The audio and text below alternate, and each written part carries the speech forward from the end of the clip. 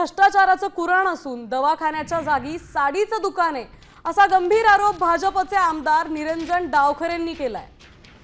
त्यावरच असं काही झालं असेल तर कारवाई करू, कुणालाही सूट देणार नाही असं वक्तव्य प्रकाश आबिटकर यांनी दिलंय।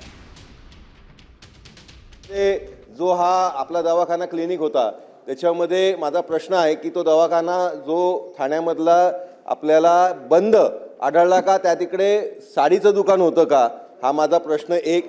याच्यामध्ये ठाणे महानगरपालिकेकडनं अधिकाऱ्यांनी पत्रकार परिषद घेतली होती, त्याच्यामध्ये जे स्पष्टीकरण दिलं ते अतिशय थातूर मातूर होतं आणि त्याच्यामुळे याच्या संदर्भातली कारवाई ठाणे महानगरपालिकेमध्ये संबंधित अधिकाऱ्यांवर केली आहे का आणि केली असेल तर ते सभागृहाला अवगत करावे। ठाणे महानगरपालिकेमध्ये ज्या पद्धतीनं त्याच्यात काही त्रुटी आपण सांगितलेत, तात्काळ त्याच्याबद्दलची माहिती घेतो, कारण आता माझ्याकडे माहिती नाही। पण असं जर असेल तर निश्चितपणाने त्याच्यावरती आम्ही कारवाई करू, कारण शेवटी ह्या अतिशय महत्त्वाकांक्षी योजना आहे आणि जर दुर्दैवानं आमच्या लोकांकडून काही चूक होत असेल तर आम्ही कदापि त्याच्यामध्ये सूट देणार नाही। तात्काळ आम्ही त्याच्यावरती कारवाई करू।